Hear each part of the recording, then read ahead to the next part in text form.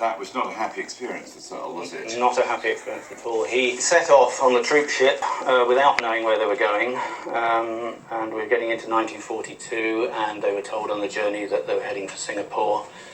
They arrived on the very day that it fell to the Japanese. Oh, no. So he spent the rest of the war in Changi jail, where he spent most of his time drawing.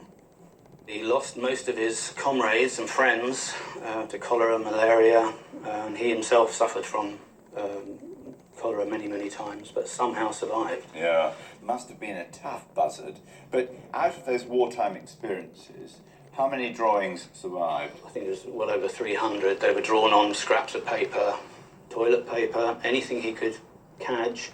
And we have the book here, which is now very rare. But not only that, we have the blocks, the original letterpress line blocks that we used to print it. Right. So if we take this extremely gruesome image, you can see the pain and agony in that person's face, can't you? Absolutely. He wanted the world to know. I mean, this was his motivation for drawing.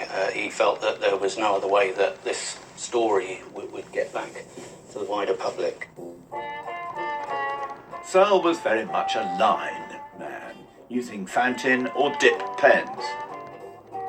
These are the actual nibs he used, are they? They are. He was very fastidious and almost obsessive about it, so there's written the name of each nib and its properties, and here you'll see in his sketchbook where he's trying them out with little calligraphic swirls and drawings just to see the property of each nib.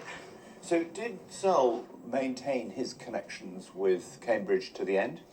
Very much so. I mean, towards the end of his life, he set up an award for students via him, the Ronald Searle Award for Creativity, and he gave us some of these bits and bobs for the collection to be back in Cambridge. Well, isn't that marvellous? All in your archive and beautifully preserved here, I have to say.